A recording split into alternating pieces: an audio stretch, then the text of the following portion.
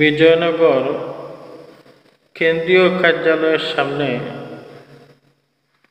বিজয়নগর গণ অধিকার পরিষদের কেন্দ্রীয় কার্যালয়ের সামনে শেখ হাসিনার ছবি একটি গাছের সাথে টাঙ্গিয়ে এনসিপির নেতাকর্মীরা ডিম নিক্ষেপ করেছে এবং এনসিপির নেতা আখতার হোসেনকে বিদেশে সেই দোসররা হেনস্থা করার অভিযোগে।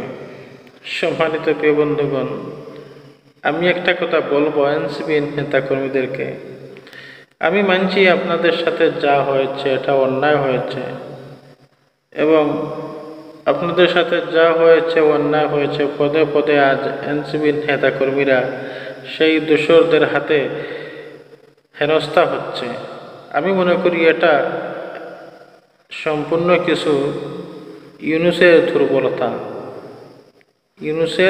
দুর্বলতা, অজ্ঞানহীন থাকা ইউনূসের, আমি মানছি।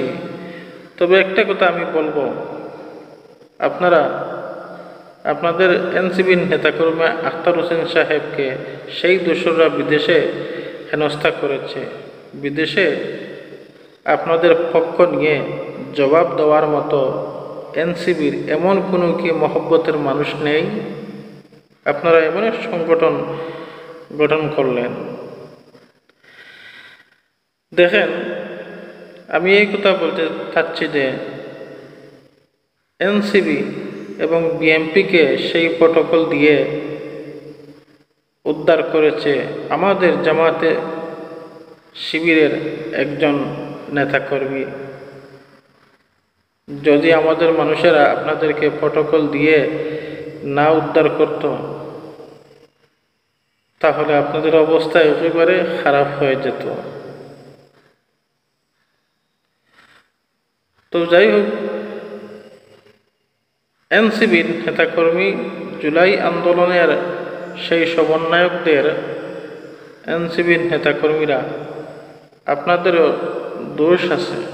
আপনাদের দোষ হলো এটাই,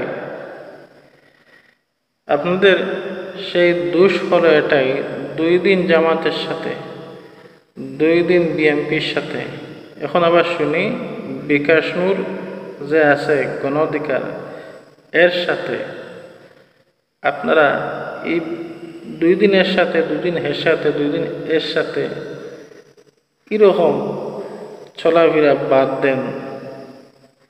এরকম ফাতলামি ছাড়া আর কিছু না। যদি সুন্দর করে দল চালাতে পারেন তাহলে চালান, ভালো মানুষের সাথে, ভালো সংগঠনের সাথে অ্যাড হন। আর যদি এই দলটাকে চালাতে না পারেন, আপনারা বাদ দেন, বাদ দিয়ে জামাত শিবিরে যোগ দেন। এতে আমার মনে হয় আপনাদের মঙ্গল হবে। আসসালামু আলাইকুম ওয়া রাহমাতুল্লাহ।